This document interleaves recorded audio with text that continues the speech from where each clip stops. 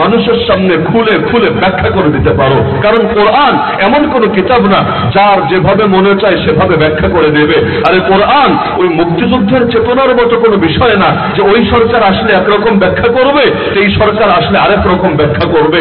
এটা দেশপ্রেম আর উন্নয়নের মতো কোনো ডায়লগ না যে যার যেভাবে মনে চায় খালি উন্নয়ন উন্নয়ন উন্নয়ন উন্নয়ন, সকাল সন্ধ্যা 1000 বার করে তসবিহ জপলেই তার জন্য সব আকাম কুকাম বৈধ হয়ে যাবে। এটা তথাকথিত কোনো ডায়লগ না যে দেশে যত গুম হোক, যত খুন হোক, যত সন্ত্রাস হোক, যত বিচার বহির্ভূত হত্যাকাণ্ড হোক, যত ক্রসফায়ার হোক, যত আয়নাঘর রচিত হোক, খালি এক ডায়লগ মারলে শেষ হবে স্বজন হারানোর বেদনা আমার চাইতে কে ভালো বোঝে, বা এক বাক্য বলে দিলে দুনিয়ার সব জিনিস তার জন্য বৈধ হবে না।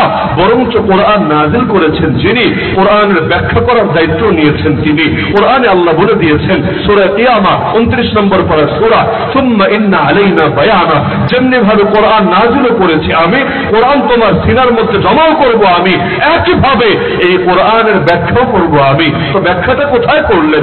কোরআন তো আমাদের সামনেই আছে, প্রতিটা মসজিদে আছে, মাদ্রাসায় আছে, আপনাদের অনেকের ঘরেও আছে। ব্যাখ্যা কোথায় আছে? আরে ব্যাখ্যার নামই মুহাম্মদুর রাসূলুল্লাহ সাল্লাল্লাহু আলাইহি ওয়াসাল্লাম। তিনি যা বলেছেন তাই ব্যাখ্যা, যা করেছেন তাই ব্যাখ্যা, যত গুণ আছে তার ভেতরে সেটাও ব্যাখ্যা, এমনকি যত নীরব সমর্থন দিয়েছেন সেটাও ব্যাখ্যা, যেই মহান প্রজন্ম সাহাবীদের প্রজন্মকে নিজ হাতে গড়েছেন সেটাও ব্যাখ্যা, এমনকি যে আহলে বাইত আল্লাহ নবীকে পেয়ে ধন্য হয়েছেন এবং কিয়ামত পর্যন্ত মর্যাদাপূর্ণ হয়েছেন তাও ব্যাখ্যা। তো আল্লাহ নবী সাল্লাল্লাহু আলাইহি ওয়াসাল্লামকে রক্ত পাঠিয়েছেন এজন্য তিনি কোরআনকে ব্যাখ্যা করবেন। এজন্য আল্লাহ সংক্ষেপে বলেন, নবী বিস্তারিত ব্যাখ্যা উম্মতকে শিখিয়ে দেন। আল্লাহ বললেন আকিমুস সালাহ, বান্দা যথাযথভাবে নামাজ আদায় কর। কিভাবে নামাজ আদায় করবে? রুকু কিভাবে, সিজদা কিভাবে, দাঁড়ানো কিভাবে, বৈঠক কিভাবে, কোনো কিছু ক্লিয়ার ভাবে আলাদা আলাদা সব বলা নাই। এমনকি নামাজের ভেতরের ফরজ, বাইরের ফরজ, ওয়াক্তের বিবরণ, আর কোন নামাজ কয় রাকাত, যত ডিটেইল আলোচনা, এগুলো বান্দা পাবে কোথায়? নবী বলেন সাল্লু কামা রাআইতুমুনি উসাল্লি। উম্মত পেরেশানির কোনো কারণ নাই, আমাকে দেখো আমি যেভাবে সালাতের বিধানের উপর আমল করি তোমরাও হুবহু একই আমল করো, আকিমুস সালাহ আয়াতের উপর আমল হয়ে যাবে। তাহলে আল্লাহ নবী সাল্লাল্লাহু আলাইহি ওয়াসাল্লামকে বাদ দিয়ে না কোরআন মানা সম্ভব, না আল্লাহকে পাওয়া সম্ভব। লা ইলাহা ইল্লাল্লাহ মুহাম্মাদুর রাসূলুল্লাহ, কালেমার মধ্যে দুটো অংশ তো এজন্যই কারণ উভয়টা মিলেই পরিপূর্ণ আদর্শ আমাদের সামনে আসবে। তো আল্লাহ নবীর সিরাত তথা জীবনাদর্শ কেউ যদি তুলে ধরতে চায় পুরো কোরআনের তাফসীর করা লাগবে। আল্লাহ নবীর হাদিসের যে ভান্ডার আছে পুরো ভান্ডারকে জাতির সামনে উপস্থাপন করতে হবে। কারণ আল্লাহ নবীর জীবনী এত বিশাল, এত বিস্তৃত। আরে আপনি কোরআনের একটা শব্দকে সামনে রাখলে বুঝবেন যে আল্লাহর নবীর জীবনী কত ব্যাপক আর কত বিস্তৃত। আল্লাহ তাআলা গোটা দুনিয়াকে কোরআনে জানিয়েছেন, গোটা দুনিয়া আল্লাহর নজরে কালিল, হাকির, একেবারেই সামান্য, একেবারেই তুচ্ছ, কোনো দাম নাই। এমনকি হাদিস আপনারা শুনেছেন যে গোটা দুনিয়া এমনকি সব কিছু মিলে আল্লাহ তাআলার নজরে একটা মশার দানার সমানও না। যদি একটা মশার দানার সমান হতো আল্লাহ কোনো কাফেরকে এক ফোঁটা পানিও পান করাতেন না। এই বিশাল মহাবিশ্ব, বিশাল দুনিয়া, যার পুরোটা এখনো আবিষ্কারই করতে পারি নাই। আদৌ বিজ্ঞানীরা কোনোদিন পারবে কিনা সেটাই আল্লাহ ভালো জানে। এত বিশাল এক বিস্তৃত দুনিয়া, কিন্তু আল্লাহ সেটাকে বলেন আরে সামান্য, আরে তুচ্ছ, আরে এটা কোনো কিছুই না, আমার নজরে এটা মশার দানার সমানও না। একই আল্লাহ কোরআনের ব্যাপারে আর নবীর ব্যাপারে কি শব্দ ব্যবহার করেন? কোরআনের ব্যাপারে আল্লাহ বলেন ওয়ালাকাদ আতাইনাকা সাবআন মিনাল মাসানি ওয়াল কুরআনিল আযীম। হে নবী আমি তোমাকে 7টা বিশেষ আয়াত যেগুলো বারবার পঠিত হয়, আর তোমাকে মহান কোরআন, আজিম কোরআন, বিরাট কোরআন তোমাকে দিয়েছি। তো কোরআনের গুণ আল্লাহ বললেন যে কোরআন হলো বিশাল জিনিস, কোরআন হলো বড় মহান জিনিস, কোরআন হলো বড় দামি জিনিস। এই আজিম শব্দটা মাথায় রাখেন। আমরা যদিও বলি কোরআন শরীফ, কিন্তু আল্লাহ তাআলা কোরআনের বিভিন্ন গুণ বলেছেন নিজেই। এর মধ্যে কোরআন মাজিদ আছে, এর মধ্যে কোরআন আজিম আছে। ওই আজিম শব্দটা একদিকে মাথায় রাখেন, আরেকদিকে কোরআন মাজিদের 29 নম্বর পারা 2 নম্বর সূরা, সূরা কলম, এই সূরা কলমের প্রথম 5টা আয়াতে খালি পড়েন, এর মধ্যে এই বাক্যটা পেয়ে যাবেন ওয়া ইন্নাকা লাআলা খুলুকিন আযীম। হে নবী নিশ্চয়ই আপনি আযীম চরিত্রের অধিকারী। একই শব্দ, কোরআনে আযীম, খুলুকে আযীম। আমার নবীর চরিত্রকে আল্লাহ বলছেন কেমন চরিত্র? যেই চরিত্রটা আযীম। আযীমের অর্থ কি? আযীম মানে বিরাট, আযীম মানে মহান, আযীম মানে বিস্তৃত, আযীম মানে মানে ব্যাপক, আজিম মানে যেটা এত বেশি, আল্লাহ যেটাকে বলছেন আজিম, তো গোটা দুনিয়ারে বললেন সামান্য, তাও এখনো আবিষ্কারই করতে পারলাম না এর শেষ কোথায়। আর যেই নবীর জীবনকে, যেই নবীর জীবনাদর্শকে, যেই কোরআন মাজিদকে আল্লাহ বললেন অসামান্য, আল্লাহ বললেন মহান, আল্লাহ বললেন ব্যাপক আর বিস্তৃত, দুনিয়ার কার সাধ্য আছে সেই নবীর গোটা আদর্শ বলে বলে শেষ করবে? তো যেমনি ভাবে রবের নেয়ামত গোটা দুনিয়ার সব গাছকে যদি কলম বানানো হয় আর সব পানিকে যদি কালি বানানো হয়, আল্লাহ জানিয়েছেন, তবুও রবের গুণকীর্তন করে শেষ করা যাবে না, রবের গুণাগুণ লেখে শেষ করা যাবে না। কেন? কারণ তিনি রব্বুল আলামিন, এমন এক ব্যাপক বিস্তৃত তার শান, তার মান, তার গুণ, যেগুলো কারো পক্ষে কখনোই কল্পনাও করা সম্ভব না। তো যে রাসূলকে তিনি আমাদের রাসূল বানিয়ে পাঠিয়েছেন, তাকেও নাম দিয়েছেন রাহমাতুল আলামিন, নিজে হলেন রব্বুল আলামিন, নবীর নাম দিলেন রাহমাতুল আলামিন। তো রব্বুল আলামিন আল্লাহর গুণগান গেয়ে যেমন শেষ করা যায় না, রাহমাতুল আলামিন তামাম জাহানের জন্য যেই নবী রহমত, সেই নবীর গুণগানও বলে শেষ করা সম্ভব না। তাহলে সিরাতুন নবী সাল্লাল্লাহু আলাইহি ওয়াসাল্লাম, এই সিরাত শব্দটাই এতটা ব্যাপক, এতটা বিস্তৃত, যেই শব্দের ব্যাখ্যায় গোটা ইসলাম চলে আসবে, গোটা কোরআন চলে আসবে, গোটা হাদিস চলে আসবে, পৃথিবীর কোনো কিছুই বাদ থাকবে না। এমনকি নবীর জন্ম, নবীর ওয়াফাত, নবীর হিজরত, নবীর এক দেশ থেকে আরেক দেশে গমন, সবই চলে আসবে এক সিরাত শব্দের মধ্যে। আপনারা যারা জীবনে একটা কিতাবও পড়েছেন নবীর জীবনের উপর, পড়েছেন না? অনেকেই পড়েছেন, কম পড়েন বেশি পড়েন। নবীর জীবনের উপর যারা অন্তত একটা কিতাবও পড়েছেন সারা জীবন জুড়ে, সিরাতের কিতাব, দেখবেন সিরাতের কিতাবের মধ্যে খালি নামাজ নিয়ে আলোচনা থাকে না, খালি রোজা নিয়ে আলোচনা থাকে না, খালি হজ যাকাত নিয়ে আলোচনা থাকে না, বরং সিরাতের কিতাব খুললে দেখবেন সিরাতের কিতাবে আলোচনা নবীর জন্ম থেকেও থাকে না, নবীর জন্মের আগেই আল্লাহর নবীর কি কি মুআজিজা প্রকাশ হয়েছে, নবী আসে নাই অগ্রিম কি কি মুআজিজা এসেছে, যেমন আব্রাহার হস্তি বাহিনী ধ্বংস হওয়া ইত্যাদি ইত্যাদি, এগুলো থেকে আলোচনা শুরু হয়। তার মানে সিরাত মাহফিল অর্থ কি? সিরাত মাহফিল হলো যেখানে আল্লাহর নবীর সঙ্গে সম্পর্কিত সবকিছু নিয়ে আলোচনা করা হবে। নবী দুনিয়াতে আসার আগেও যা কিছু ঘটেছে রবের পক্ষ থেকে বিশেষ মর্যাদা হিসাবে, সেগুলো এই কিতাবের মধ্যে আলোচিত থাকবে। তো বড় দুঃখ লাগে, বাংলাদেশে অনেক এলাকায়, আপনাদের এদিকে হয় কিনা আমি জানি না, সিরাত মাহফিল আর মিলাদ মাহফিল নিয়েও ঝগড়াঝাটি চলতে থাকে, যে সিরাত মাহফিল করবা না মিলাদ মাহফিল করবা। আরে ভাই, একটারে আরেকটার বিপরীত কেন দাঁড় করালা? আমাকে বাসায় দাওয়াত দিয়ে নিয়ে তুমি যদি বলো হুজুর ভাত খাবেন না তরকারি খাবেন, আরে হাস্যকর কথা, আমি ভাতও খাবো আমি তরকারিও খাবো, একটার কথা বলছিস কেন? দুটোটা খাবো, সব খাবো, কারণ শুধু ভাত খেয়ে স্বাদ পাওয়া যাবে না, আর শুধু তরকারিও এটা আসলে ওইভাবে স্বাদ নিয়ে তৃপ্তি নিয়ে খাওয়া যায় না। তো মিলাদ মানে কি? সিরাতের একটা অংশ, আল্লাহর নবীর জন্ম বৃত্তান্ত।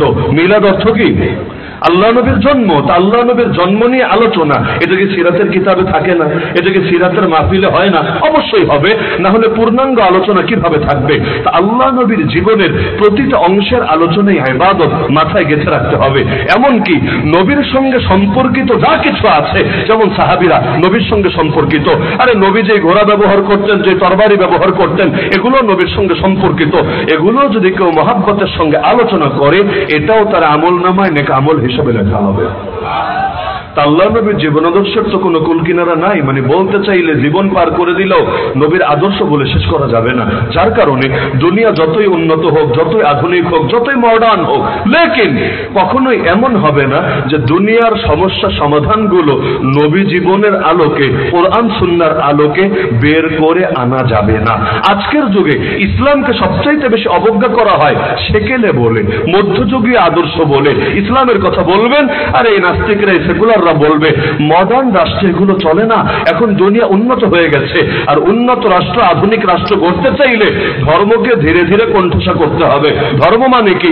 ধর্ম মানে তো আল্লাহ নবীর আনিত আদর্শ। আরে ধর্ম আমার বাপের দেওয়া কোনো শিক্ষার নাম না, ধর্ম আমার 14 গোষ্ঠীর দেওয়া কোনো শিক্ষার নাম না। ধর্ম মানেই মুহাম্মদুর রাসূলুল্লাহ সাল্লাল্লাহু আলাইহি ওয়াসাল্লামের আদর্শ।